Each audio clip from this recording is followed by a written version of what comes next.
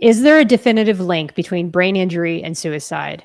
And then what about other mental health challenges? And could a mandatory MRI scan help identify those at risk? We're going to talk about all that and more today with Dr. Kenneth T. Davis. Ken, how are you doing today? I'm doing great, Teresa. How are you? Thanks for having me. Awesome. Well, I'm doing wonderful. And this is a subject that is difficult to talk about, but is so important. And before we do any of this, I do want to welcome all of everyone to the Stories of Service podcast, Ordinary People Who Do Extraordinary Work. I am the host of Stories of Service, Teresa Carpenter. This is, I think, episode 184, 83. Somebody can probably correct me on that, but I think it's 183. So thank you for joining me. If you've been joining me from the beginning of the show, we did start this show back in 2020, I want to say. I've had the show now for about 4 years, 2021 rather. But before we even get started with the show, as I always do, we do our intro, courtesy of my father, Charlie Pickard. From the moment we're born and lock eyes with our parents, we are inspiring others. By showing up as a vessel of service, we not only help others, we help ourselves. Welcome to S.O.S, Stories of Service, hosted by Teresa Carpenter, here from ordinary people from all walks of life who have transformed their communities by performing extraordinary work. And on this episode, as I said, we're talking today with Dr. Ken Davis. He is an academic professional whose latest research proposes a groundbreaking approach to treatment. We explore what large-scale brain injury testing could mean for veterans, especially those whose injuries stem not from combat, but other aspects of military service. And how do we determine whether an injury even occurred during service? These are all the questions I had for Ken before the call. And what could this mean for veteran care and mental health support? So today we're going to address some of these issues that affect countless individuals and their families. Dr. Davis is the founder of the BIED Society and has extensive experience in national security, having served as a United States Marine Corps officer and economic growth officer with USAID. As a behavior economist, he has worked in 77 countries and held roles such as Army Deputy Chief of the Senate Liaison Division and Director for System Engineering Outreach with the Office of the Secretary of Defense. Dr. Davis is passionate about international affairs and mentoring the next generation of policy professionals. Welcome again. Thanks for having me, Tricia. Really excited to be here. I'm excited to have you. So first off, I always ask all my guests who are in the military, where were you born and raised, and what inspired you to join the Marine Corps? I was born in Trenton, Michigan, just south of Detroit, downriver, south of the river. My father had spent some time driving tanks in the Army during Vietnam, so he spent most of his time in Germany.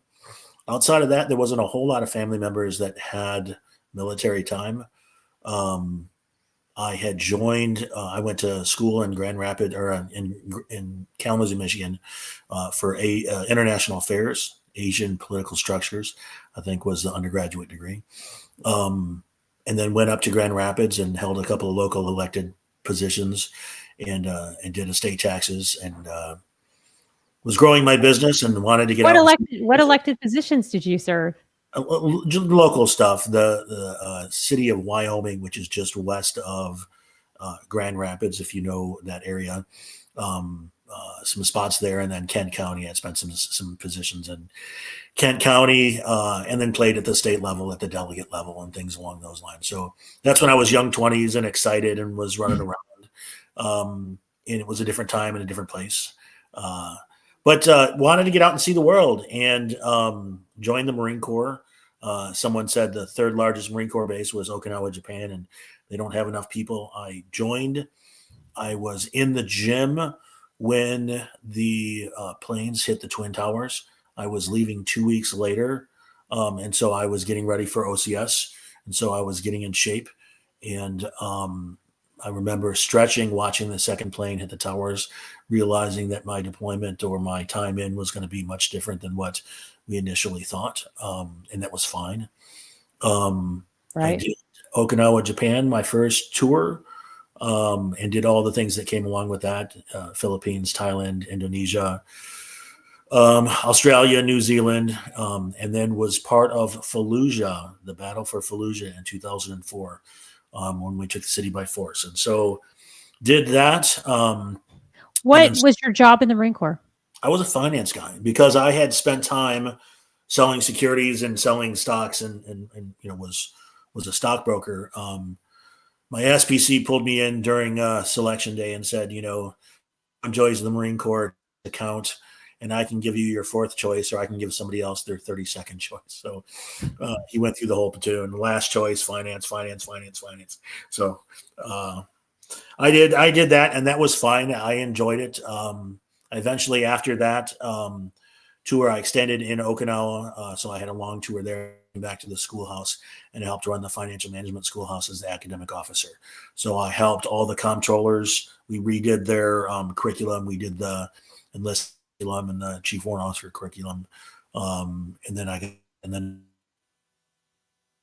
we use these days. And so that was a lot of excitement. I went to Kabul, Afghanistan, and was finishing up my PhD there. I got my master's in Chinese energy policy, and then was working on a PhD in behavioral economics. My wife said we could go to Afghanistan if I finished my PhD and if I took her with me. And that was a pretty big one too. But as soon as we were married, she got picked up with the embassy, and she came over and joined us in Afghanistan. And I was there, I think, 15, 16 months, and she was there 12 months. And you've had a remarkable life, Ken. I've done a few things. You've done a few things. What my father would say, and I loved your intro too, by the way. My father would say is that I've water skied across a lot of things, but haven't scuba dived in enough things. But I can tell you now, I got picked up once I got the PhD. I got picked up for the Presidential Management Fellow, was cherry picked for that, and I did small business administration, international trade, and then I went over to Treasury and did terrorism and financial intelligence and international organizations. And so that was a big deal. General Mattis at the time was in Fallujah when we were there, and then later on when he was Secretary Mattis, I came over to help run we were standing up the Undersecretary of Defense for Research and Engineering office. It didn't exist before. And that was the first new undersecretary office that we had stood up in quite some time, like 30 years, 40 years. And so I helped do that for a while, prepared it for Dr. Griffin when he came in, went over to the Air Force for a while and did some advising over there, did some work with defense. That was my first public affairs role, was Defense Health Organization, because I spent time up on the Hill with Big Army, doing the Senate liaison, the Deputy Senate Liaison Division work. I had worked with the SASC and the Intel and the Foreign Affairs, and had a bunch of guys on Rolodex. And the tech guys were struggling getting their message across to the Hill. And so I helped kind of abbreviate it and keep it short and sweet and make sure they understood the bottom line. Then went over to the Defense Health Agency and did some work over there. And then the last 5 years I've spent. It was called the Chief Management Officer for a couple of years, and then that went away and they changed it. But I was doing oversight and compliance in regulatory regulations, and so worked with the White House when those came done, and did regulatory impact analysis and cost benefit analysis for those. Stood up 2 think tanks, stood up a space communication company there for a while, had a publishing company for a while. So I'm kind of a serial entrepreneur these days, and the think tank is growing. We're really excited. We've got some neat things going that we'll talk about today. But it's been a fun career, to be sure. I mean, it just sounds like you've had your hand in like every kind of academia, policy, defense. It's just such a neat combination of different things that you've been interested in. What do you think I was listening to some of your backstory, and I'm wondering where there's this common thread, or where some of these interests intersect. What would you say was sort of the driving thing for, as you went from one thing to the next, that kind of sparked your curiosity? I had always been good with math. I had always been good with numbers.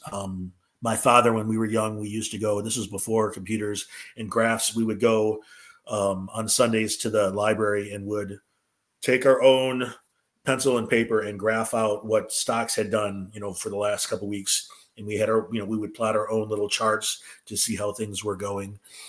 So I was always interested in the stock market and the economics of things. And so my career played me in that. The Marine Corps took me around. I got to see the world. I've been to 77 countries and got to see a lot of people and play in a lot of countries. But then when I went to Treasury, I got to run Treasury's budget, and then I got to go and help President Obama do his budget, and that was very interesting.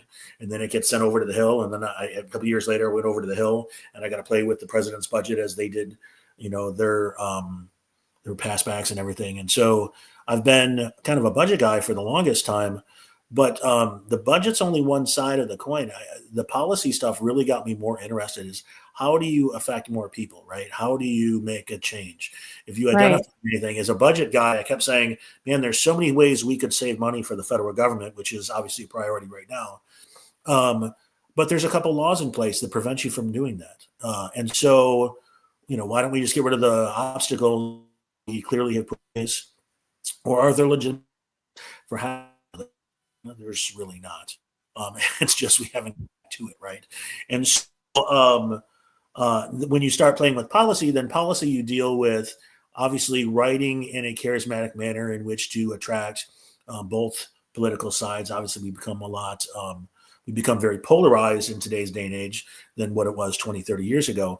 But if you're going to write policy, you have to have a cadence and a rhythm to what you're writing in order to get people to even read the document. If in an age I can read articles and tell where you're slanting before finish the title, and people will decide whether they're going to read your article or not based on that. And so you need to be able to have a title that is enticing, and you don't know where your positions, and then read the document and you still don't know where the position is, and you're posing good questions, and you're posing, and you're identifying that there are different ways to look at that. And so there's a way to write. And at the think tank now, we have an intern and a fellowship program that spend a lot of time there. We are nonpartisan. We spend a lot of time helping folks that are early in their career in international, regional political science, justice, international affairs. And now we're branching off into setting up a space center, Center for Defense Innovation. And we're doing a lot in Arctic. Right now, there's a lot of interesting things that are, as the melt, you can transition things and move things over globe versus globe, and that changes the time and the cost dramatically. And there's a lot of people that are interested in doing that. But that brings up a lot of unique policy issues. You're going to ship stuff through Russia's backyard, and Russia wants, their toll. And, are you going to pay their toll, or are you not going to pay their toll? Are you going to identify all that area up there as theirs? And collectively, folks want to do that. But everyone has chimed in. The first couple years ago, they started referring to themselves as the near Arctic nation. They're not in the Arctic. That's not an issue, but they want that was going to become important. So all of this is posturing and setting themselves up in order to have a stronger pull of what's going on. Right now, we just had the State of the Union. President Trump talked about, Greenland, as he talked about his last administration. And that's still a question that people, what's there? Why do we want it? Most folks haven't had those conversations, and so they don't understand. And so we've got May 2nd, 3rd, and 4th. We're going to be talking about some of those topics. We're excited to have people come to that. We're bringing in space folks to talk. We're bringing in artificial intelligence folks to talk about what's going on in the artificial intelligence world. We're doing a lot of Arctic stuff. And then we're also going to be talking about the brain injury that we'll be talking today. Right. And let me just back up real quick for the people that aren't familiar with BIED. Can you tell us a little bit about what BIED stands for, when it was founded, and kind of what the intent of the organization was? Yes, certainly. So BIED stands for the Behavioral International Economic Development Society. Initially, it was started because I was working on my PhD, working out of the embassy. So as a prior Marine, that had been with USAID, or it's currently with USAID, the political things. I got to go and brief the ambassador. We got to play with ISAF. I had, several bases that I had to run, do work. What was called the Afghan Public Protection.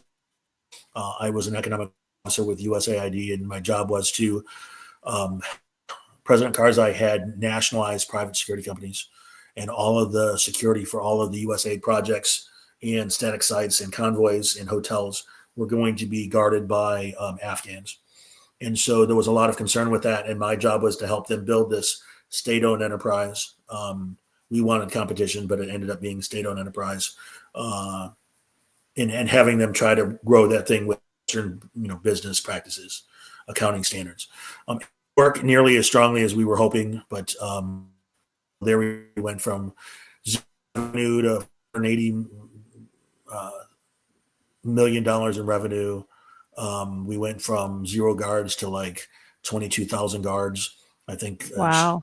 Another 6 months later, we had another, I think it got to 48,000 guards, like in a year and a half. So it was great growth. If, Teresa, if you and I were doing this in Chicago, we would be superstars, but we did it in Afghanistan and there was no other option. And so you just grew this massive entity and everybody came. And during that time, I was working on my PhD. And so the people that we were hanging around with, we were identifying that the Department of Defense, State Department, and USAID were not really working well.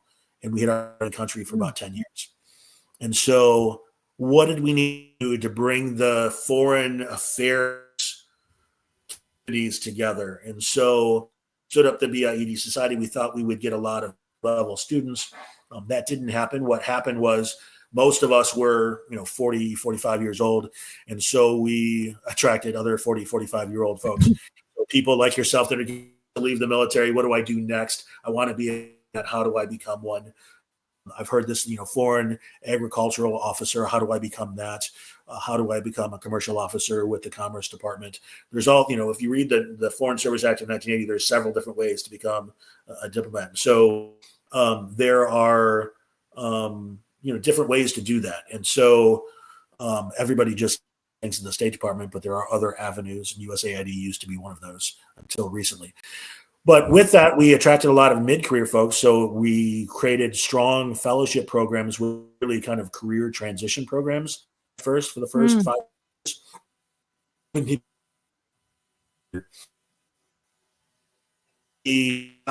COVID, the number of college students that wanted to do interns or had to do interns in order to graduate was very high. But then we were shutting down, the CIA and the NRO and the NSA and the State Department and the Department of Defense and the Senate, White House. You couldn't because of COVID, but the number of students was still very strong. There was a wanted to do stuff. Now I had been a faculty at several universities at the time. I think I was with George Washington University, and I'm with them again. But I had a 100% internship and a fellowship, national affairs, and national security. And I hung it out there. And I don't know, we were 3 over the course of years. And then during COVID, people found it, students found it, faculty found it, and we were flooded with people that wanted to do things. And doing a Hey, Ken, can you hear me? I think Yes, your connection is a little bit off. I'm wondering, it might be too much to try to do, but is there a way that you could try to call me on a phone just to get a data connection? Because what I'm doing is I'm catching like every third or fourth word.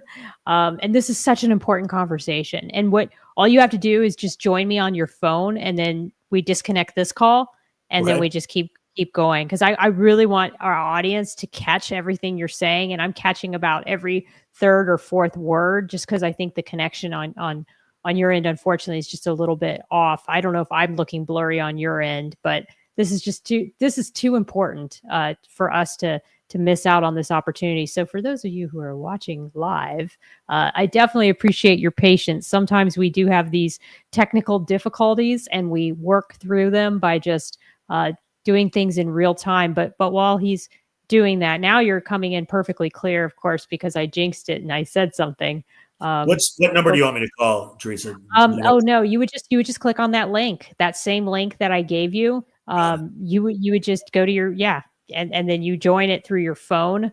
And sometimes with a data connection versus a Wi-Fi connection, I find that people can join it with better. And then what will happen is I'll see down here in the backstage that you've joined me from your phone, and I'll just pull the phone up, and then this will go but down to the quote unquote green room. But yeah, these are the kinds of technical difficulties sometimes we're gonna have when we do a live show, and that's what the fun part of being live is all about. But Ken's got some great programs. I was a part of a webinar that he did, I'd say about 2 or 3 years ago, with the BIED Society. He had a bunch of his students on there, and I was so impressed with it. It was just such a neat grassroots organization that was bringing together so many security professionals. So just love what you're doing, Ken. Are you able to click on that? I think I sent the link to you via email. So if you're able to click on there, you'll be able to just join it on the StreamYard link, and then we'll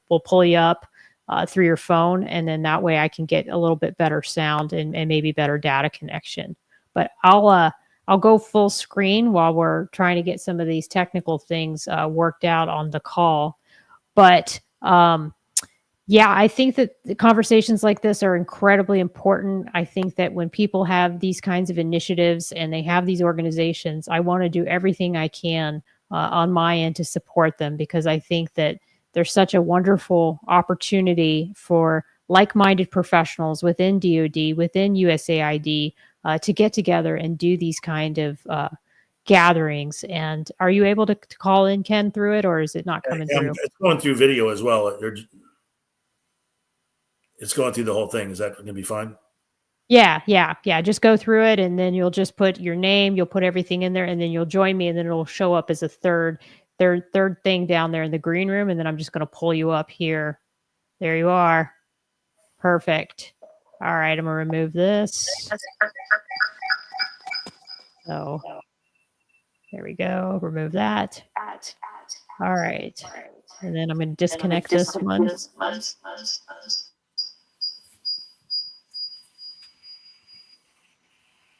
All right. There you are. How's that? Does that work? Yeah. Can you hear me? Yes, ma'am. Awesome. Okay. There we go. And then so we got into the part about how you founded BIED, and it started with kind of this idea that you were going to bring together younger students, but then you realized that it was the mid-career professionals who were transitioning that really wanted to be a part of the organization. Is that correct? Yes, ma'am. And I wanted to thank you for being part of our a webinar. I forget which one it was. Maybe it was Space or something years ago. But yeah, we've been doing some great things over the years. With COVID, though, we ended up picking up 97 full-time students in 2020 and 97 full-time students in 2021. So all of a sudden, we just had all these this energy and these young folks, and we finally got back to the entry level students in full mass. And everyone is excited about these different things. So during that time frame, we converted over into a 501c3, became a nonprofit instead of a for-profit entity, and we started a board and this kind of stuff. And then we started to grow differently than what we had been growing before. And so those were 2 really exciting years. And we had a bunch of folks in all different things. Like I said, we were doing space and defense innovation, engineering and artificial intelligence, and people were interested in all these different regions and things. And our big thing, the thing that really separates us from a lot of the other think tanks is that we do want younger folks to be part of the conversation. Typically, most of the DC think tanks, they want senior level folks. They want everyone to be PhDs. They want everyone to be Right. Ivy League. Um, and just because you've got an Ivy League PhD doesn't make your thoughts any better. Some of the lessons I learned in Fallujah when I was asking 18-year-olds to go to war and do crazy things, they always exceeded my expectations. We had work to do and they always did fabulous things. So I wanted to find a way that we could definitely get 18, 19, 20, and 21-year-olds into the conversation. And so when you loop it back to them, the thing that separates us is we're allowing younger folks to be involved. But two, the thing that separates the social sciences right now, unlike the legal field and the medical field, is the medical field and the legal field, they encourage you to be pre-med, pre-law. You know, you do your undergraduate degree, you're going on to school, you've already committed to an additional school. You work hard, you get a good grade. It's difficult to get into those schools. Then they get their JD and their MD, and they all still know that they're not going to get the paycheck they want until they Mm. specialize. What you find in science and criminal justice and political science and regional stuff is that people 4 years or they have a master's. My favorite conversation I bring up all the time is I had two students that were from Georgetown, which is a great program, it's a great school, and I asked them what they specialized in, and both of them said international affairs. And I go, you specialize in international affairs, like that's everything. You need to narrow, like, what is your what do you bring to the table that no one else brings to the table? And so once we get them to identify that they need to specialize, that's when the seed is planted, and then we just water it. And then they start realizing that it does make sense to publish every 3 or 4 months. You publish a couple times a year, it shows that you're learning, you're growing your area of expertise. Your area of expertise can grow. You start going to conferences and you meet people nationally. Then you start going to international conferences and meet people internationally. And then, it takes 7, 8 years to become a doctor. It takes 7, 8 years to become a quality attorney. It takes 7 or 8 years to become a specialist in international affairs. And if you do it right Such a and good point. you grow that, then you can compete and sit down with everybody else and contribute to the conversation. So You know what, Ken? That's just so profound. And I don't think a lot of people think about that. Any job, you have to do that.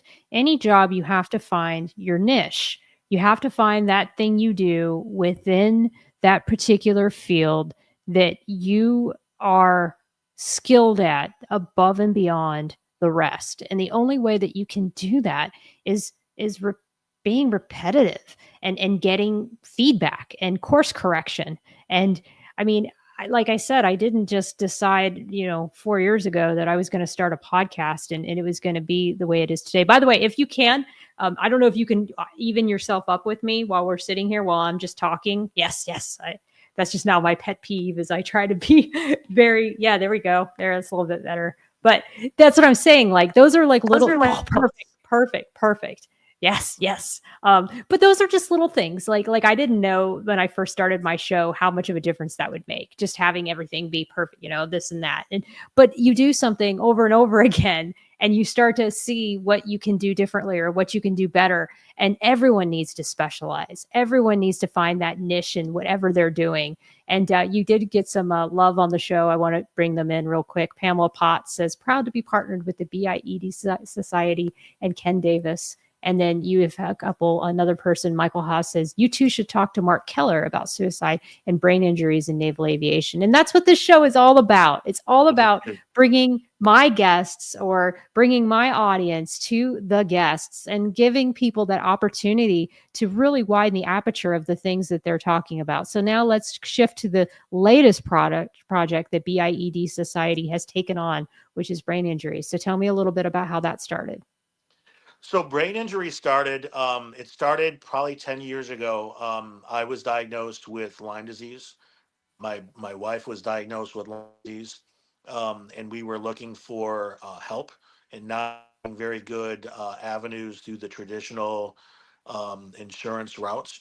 And so we found a doctor that was practicing um, uh, unique options. And so we went to him, and that relationship has grown over the years. We've become very close to Dr. Heyman.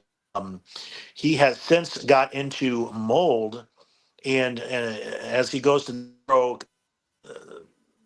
conferences, there's a lot of databases that are starting to show similar patterns. You're starting patterns. Mm-hmm. So, there's a lot of science that we'll talk about that's not necessarily my science, but as I listen to them talk, when we started studying brain injuries at the Department of Defense, for the most part, it was when 20 years ago when we started in Iraq and Afghanistan, and we started getting IEDs and folks that were in rollover, IED blasts. And so we started. So there was a lot of money that came in to try to pay attention. It was a very, very important concern. Because we have a lot of emphasis on that, now we're starting to see, what the brain looks like 30 days after a blast, in 60 days, in 90 days, 180 days, 360 days after blast, because we know when the blast is. You get other patterns, like Lyme disease, as an example, where we know it can break the blood-brain barrier and then cause damage to the brain. But we don't call it a brain injury. No one's running around calling Lyme disease a brain injury. What about mold? How many people are calling mold a brain injury? But that it does affect the brain. And so, what's unique is that you don't know if you stay in a moldy environment, and anyone who spent time in the military has definitely stayed in or knew people who were in 1940 barracks, and had a high mold content, and they had breathing issues and skin issues. It can just boil water. If your brain swells, skull is here. If you wrap just your finger, turn blue, purple, right? Eventually, if you don't give it oxygen, what happens? Well, if your brain is constantly swollen for years at a time, well, it's very likely that we're causing some damage to the brain. Don't ever test for the brain. We ask the question right now: people come into the military with brain injury. I don't think anyone knows because we're not testing for it. We don't look for it. We don't test for it. In fact, right now, it's kind of a scary thing. We're so concerned about readiness and bringing people on board, and lion's share of the population, weight, and all these other health issues that are going on. No one wants to talk about additional things that might be a problem. Here's my concern. Let's just say, so there's a study that just said 40 to 44% of college athletes in the Big Eight have brain injuries. College athletes. Now, this is football, baseball, soccer, women's soccer. You take kids 8, 12 years old, and when they're in their adolescence and hitting the ball with their head, you may not have a concussion, pass out. You hit that ball with your head, that's serious force. And if you do that over and over the course of your soccer career, you could have several brain injuries that you don't know about. And when you're young and you have other hormones racing through your body and other things, your body might be more resilient. But then when you start to get a little older, maybe that's when you start seeing the issues. Here's the Hmm. concern: if you don't know who has a brain injury, you join the military. Here's the question: if 44%, everyone I knew in the Marine Corps played football, played hockey, we're in the mixed martial arts. Everybody I knew was in those sports. I had the things we do in um, the previous Assistant Secretary of Defense for Readiness, Kathleen Hicks, came out August 8th of last year, identified and addressed a lot of MOSs that were causing concerns. So obviously tankers and engineers and artillery and these sorts of things. But it's other things. It's things like E5s and E6s. I'm sorry, E4s and E5s that are laying next to the 50 cal and teaching people how to shoot the 50 cal. If they lay next to that machine gun for 2 years, else comes in for 2 weeks and learns and leaves, but you're laying next to that machine gun. Well, here's the thing: now you've got a lot of small repetitions and blast in your brain, not one over. And so, when's your target date? When's your X date? When did you get that brain injury? And then, more important, Right. during the brain from a rollover, you one impact, and then your brain can start to read that right after that if you're in a Humvee rollover. But if you're laying next to a 50 cal for the next 3 years, or if your MOS is tanks and you continue to have, when does your brain, does it get time to try to fix itself if you're constantly aggravating, making it swell? Constantly being subjected to that blast. Yeah. There's just not that opportunity to recover from that. And I don't think people even understand that that's something that could be impacting their brain. And I was doing a little bit of research before the call about how somebody can determine if they have a brain injury or not. And really, there are only a couple ways. Number one is if they have symptoms, if they have a concussion or they have some sort of a symptom. But as we know, a lot of times there may no may not be any symptoms before the person gets out of the military. And then the number two way, which I've is that they can do some kind of testing before you go into theater. I had actually had a TBI test before I was deployed, where they ask you a series of memory tests, and then I think you would technically have to go back and then do those same memory tests afterwards. Which, by the way, I never got tested after the deployment, but I mean, I think that that's also the complication with this is that how would even the military go about doing this? Would it be a mandatory MRI during their separation physical? And would everybody would be afforded the opportunity to have this, or what do you guys that have looked at this issue have envisioned? So the Kathleen Hicks initiative is called the Brain Health Initiative. Identifies in starting 2025 all military start off with now a brain it's a psychological test. It's going to be Like a probably cognitive test, right? Functional test, I believe is what they call it. Okay. I've been trying to get my hands on one. It's going to left. They started off with that, and it was, are you having trouble sleeping? Are you having, are you nightmares? All these sorts of things. But what they didn't ask was, well, did you have nightmares before you went to Fallujah? Did you have trouble before you went to Fallujah? Like, there's concerns, and what we've seen is, roughly $0.5 billion Department of Defense and the V. And so it's really important to identify that there's two different pool population. Those that are currently wearing the uniforms and those that no longer wear the uniform.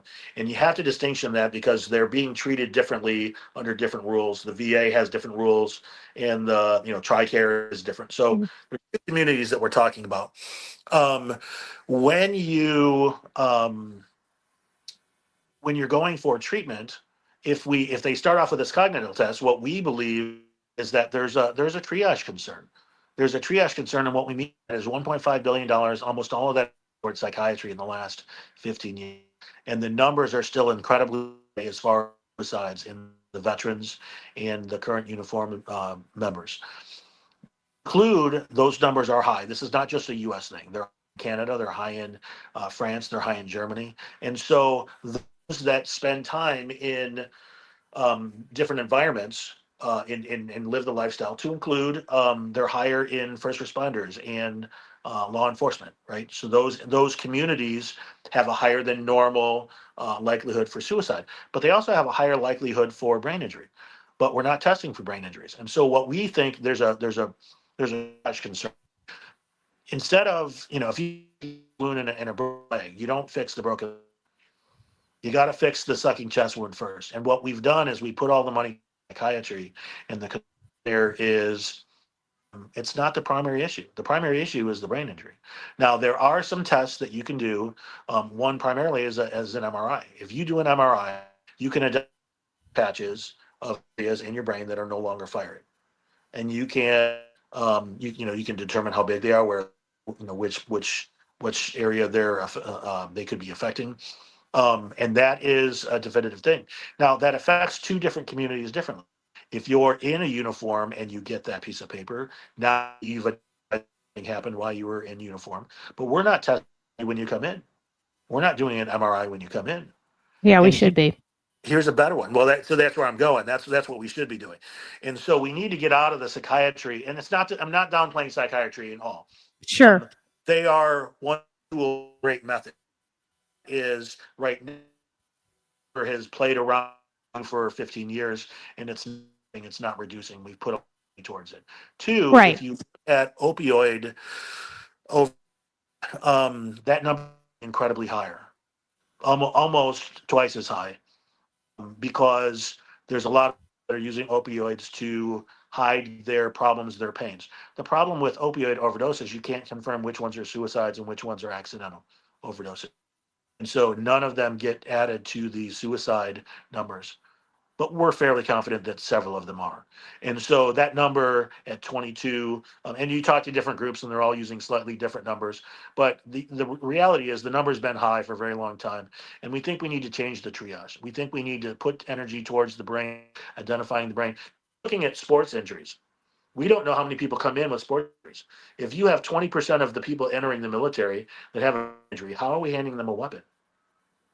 Yeah. Wouldn't you I want mean, to know? it's definitely, and I mean, there's really no, and just so just for the audience, I don't know if they're experiencing like some of the connection issues, but we're working through them because this is such an important conversation, and hopefully you guys can stick with us. I don't know if even on my end if I'm having connection issues as well, but I'm taking in everything you're saying, Ken, because I do believe that part of the issue with brain injury is it's still such a newer science, and we are, like you said, we're so used to just treating the symptoms and not addressing the root causes of some of these issues. And root cause analysis is so much harder than addressing the symptoms. It's very similar to what I see in the justice system. Instead of attacking some of the underlying things that lead to the unhealthy work environments, we just deal with the symptoms and the fallout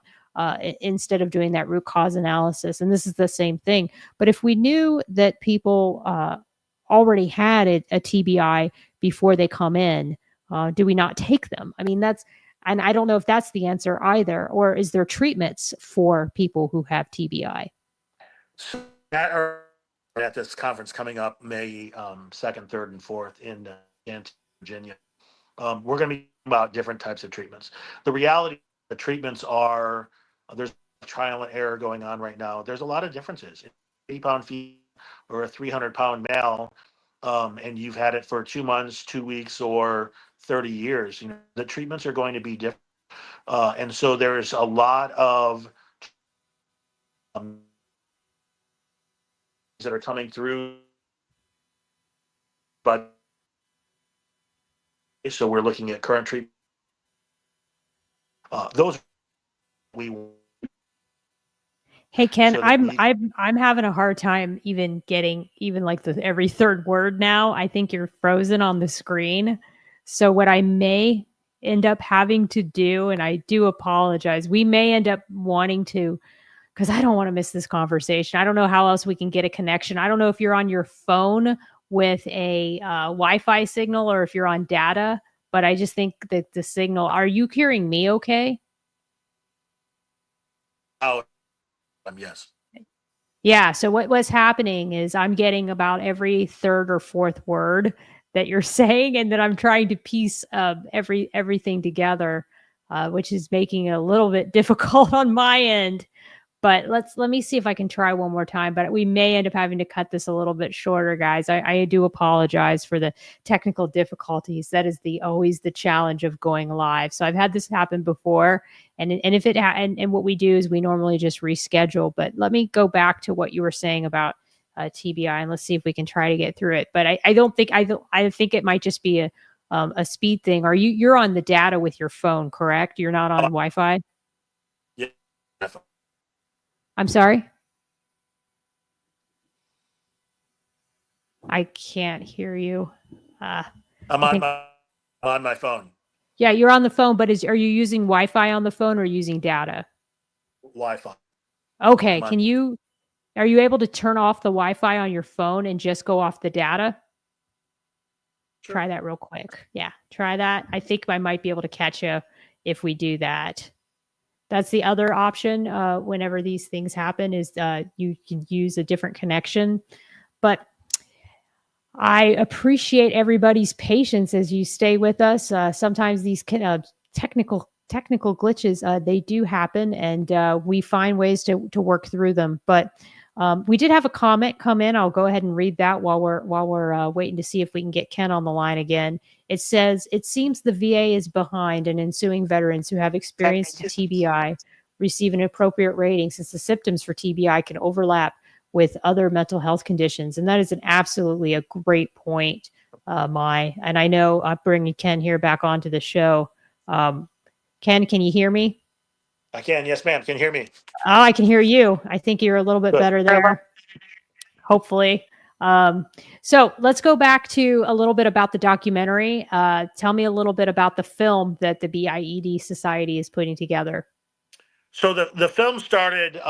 Ironically, I got into the film industry as a side hustle. We were doing some things for my 8-year-old daughter, and she had done some modeling work, and she was learning about different things, and they had called me to do some modeling, some runway modeling, which I haven't done in many years. Uh, and so we did that, and I had we had a family member that was now working on films and had just graduated, and there was this website that said, hey, this is where you can get films. And I was thumbing through there while we were talking at dinner, and it said, hey, we're looking for a 50-plus-year-old male with military experience. It's going to pay 18 grand. It's 4 weeks worth of shooting for a military sci-fi series. And I'm like, oh my gosh, this is my chance to play Han Solo. I'm going to play General Solo. And so I put together an account right there, and I paid $120 and did a thing, whatever. And so I never heard back from them. That never turned into fruit. But someone down in Florida, when I moved to Florida, said, hey, we're getting ready to go to Orlando. We need some people to sell men's swimsuits. Would you like to be a model? And so we did it. And then they got professional photos done. And then those got hung up there. And then someone called me up and said, hey, we're doing a shoot. We need someone with military, with weapon experience. Would you want to go and be in a motion picture? And I said, sure. So now I'm meeting people in this community. We've got a series coming out called Standing on Business that's coming out soon. It's going to be on the streaming series. And so I'll let you know, Teresa, when it does come out. But we're excited about that. I have like 2 lines. I'm in a couple episodes. I get to play one where I'm like dead guy number 7 with a ski mask, and we rush the house, and everyone gets killed. It's kind of a Scarface type movie. But while we were doing one of the film shootings there, they were talking. I said, yeah, the think tank goes to the Hill. We do a conference in the spring and the fall. It's kind of our battle rhythm. And we do a conference. We go up to the Hill and present some science to the Senate and the House. And then on Saturday, we do some lectures. On Sunday, we do some training. And then everyone goes home. It's a good time. He goes, well, how do you spread your message? I says, well, we do a peer reviewed journal. It's double blind. You do the whole thing, and it takes a lot of time. And he goes, so how many people do you get? I go, well, I wrote an article last year on STEM. I wrote it with Miss America from 2023. She went and talked all over the country and was talking about STEM and raising awareness to bring women into the sciences. And I think we had 346 people read our article. And he goes, well, that's not very many. He goes, you do know if you did a documentary, we could probably get you in front of 3 or 4 million by the end of next year. Why aren't you doing it? And I was like, no, why we're not doing that? Because nobody else is doing that. So we started looking at it. We looked at it, what it would cost. We started raising some money, and we've acquired some partners.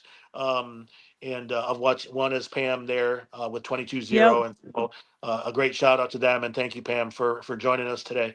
So now we've got the documentary. The documentary kind of talks through or films us through our last conference. When we went to the Hill, we talked about what was going on. We talked about Yep. some of the treatments, some of the solutions, some of the testing issues. And when we go back, we're going to have a much larger audience, and we're going to do the movie premiere on Saturday night. It's going to be May 3rd at the Westfield Marriott, right outside the National Reconnaissance Office in Chantilly, Virginia. And so we're excited about that. There are 2 different events. One's the conference, and then one is the movie premiere on Saturday night. And so we're looking for folks to come out and support veteran suicide. We would love a large community to come. We do have some tables and sponsorships that are still available. And then we want people we're submitting the movie through West Washington Film Festival. And so we're going to interact with that larger community. And so we're really excited about partnering with them and having them review our movie and see how it goes. And Ken, to get people interested in the movie and to get them talking about this issue with some of the people that you've brought together, I'm going to go ahead and share the screen. Can you guys see the screen, Ken, or can you see it? Yes. You still there? Can you see the screen? I just want to make sure if people can see it. Yes, ma'am. I can see it. Oh, perfect. Okay, here we go. I'm going to put this on full screen right there. But here we go. And let me see if I got... Well, it doesn't seem to be that we have the sound. You can't hear the sound, can you, Ken? I can hear it. This is Ken I can hear the Davis, sound. PhD in Behavioral Perfect. Economist, the chairman of the BIED Society. We put together this documentary. We had been working some brain injury issues for veterans and veteran suicide prevention for a while. And we were bringing a lot of professionals that were talking about their database and their clients and what they were learning at other neurological conferences. And we started seeing some patterns. And so we thought it would be a good idea to document what we've learned as a group and then call others so that we can collect a larger group. And so the call to action is to get some VSOs and other health professionals to come together. We've been talking to the VA, the Veterans Administration, and the Department of Defense Suicide Prevention Office. And so we've been working with them, and we think we've prepared a few really important messages inside what's going on in 2025 for veterans and both uniformed folks and veterans, folks who used to wear the uniform. So looking forward to the journey. My name is Brandon Sivert. I spent 13 years in the United States Air Force, medically retired at the rank of major. I see kind of my role in this documentary from the perspective of someone who's been through the suicide struggle and also has been through the veteran healthcare and veteran benefits sort of journey and path. I continue to provide that information as much as I can. I'm Dr. Josiah Seaman. I have a PhD from Queen Mary University of London in computational biology. We're getting to the point where we know that there are things that are toxic, that are bad for people's health, that can damage their brains. And it's time to start acknowledging that, having those discussions about what we can do about it. One of the biggest things with MRIs is they're helping with early prevention, right? You know, I think a lot about my dad's journey through cancer, and those MRIs help detect that at an early stage. Now, why aren't we applying that to everything that an MRI scan can detect, right? That's the question that we should be asking in terms of using this technology to its fullest capability. And I think it's really just a necessary technology to continue exploring. The biggest thing is to focus on with veteran suicide prevention, moving our testing into physical processes that we can get definitive results.